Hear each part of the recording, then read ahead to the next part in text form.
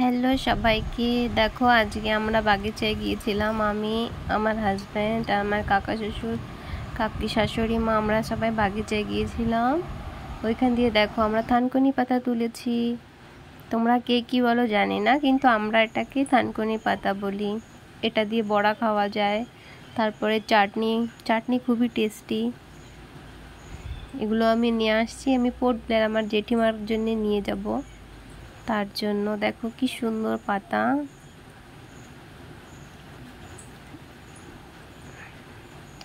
তারপরে ওইখান দিয়ে আমরা কারিল, এটাকে কারিল মানে বাঁশ, কচি বাঁশ, এটাকেও নিয়ে আসছি। এটা কেটে সিদ্ধ করে তারপরে এটা ফ্রাই করে খেতে খুবই টেস্টি।